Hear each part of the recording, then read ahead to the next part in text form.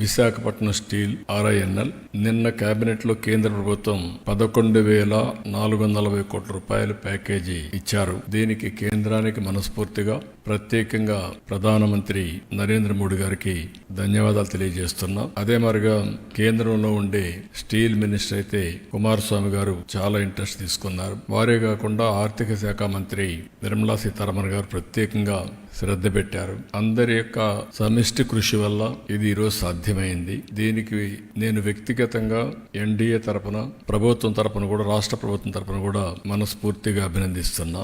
ఇది రాష్ట్రానికి ఒక ఇంపార్టెంట్ పరిశ్రమనే కాకుండా ఒక సెంటిమెంట్.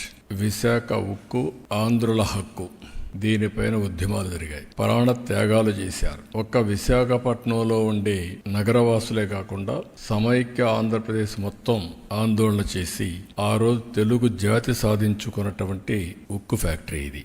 అందుకనే ఎప్పుడు కూడా ఈ ఉక్కు ఫ్యాక్టరీని కాపాడుకోవాలని అన్ని విధాల ప్రయత్నం చేస్తూ వస్తున్నాం.